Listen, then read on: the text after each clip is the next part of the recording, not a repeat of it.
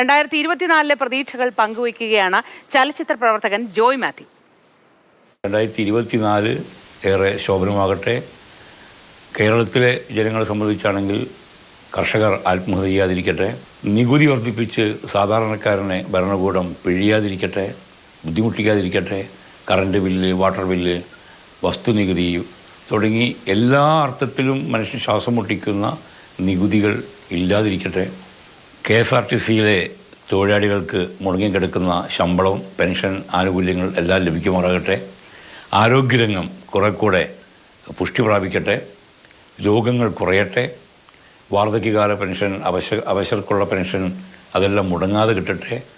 School കുട്ടികൾക്ക് ഉച്ചക്കഞ്ഞിയെങ്കിലും മുടങ്ങാതെ കിട്ടട്ടെ എന്നൊക്കെയല്ലാതെ എന്താണ് 2024 കുറിച്ച് എനിക്ക് പറയാനാവുക? എല്ലാ പ്രിയ മലയാളി പ്രേക്ഷകർക്കും എൻ്റെ പുതുവത്സരാശംസകൾ.